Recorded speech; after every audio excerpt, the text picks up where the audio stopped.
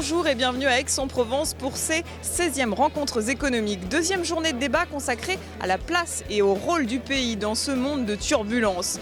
Vous n'avez pas pu assister aux sessions, pas de panique, voici le récap de la journée en images.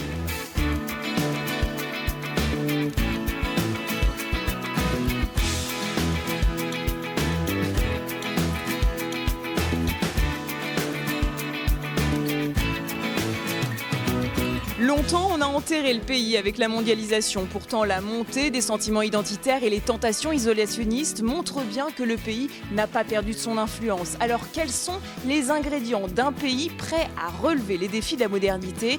C'était l'objet des débats de ce samedi aux rencontres économiques. Donc, il va falloir nous réinventer.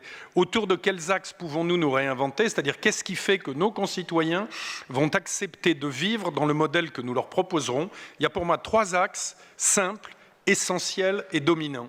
L'axe de la sécurité, l'axe de la compétitivité et l'axe de l'éducation.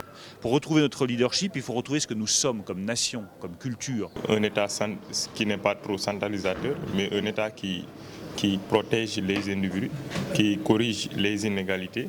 Évidemment, d'évaluer plus le bonheur des gens du pays, plus que le PIB, qui est une notion totalement, abstraite. Sur le parvis de Sciences Po Aix, c'est une ambiance qu'on ne voit nulle part ailleurs pendant l'année.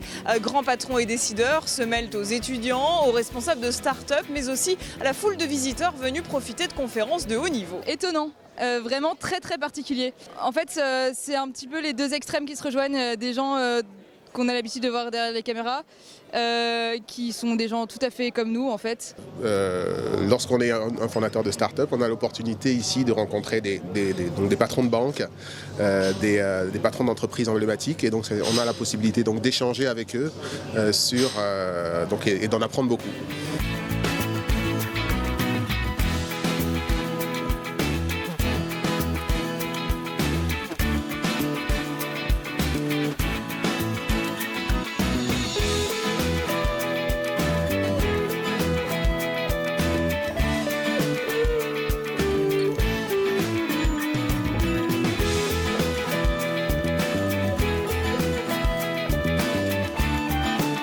Dans ce contexte mondial de turbulence, l'Europe mais aussi la France doivent se réinventer si elles veulent continuer à imposer leur leadership.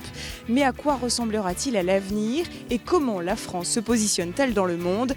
Eh bien, rendez-vous dès demain aux rencontres économiques d'Aix-en-Provence pour en débattre.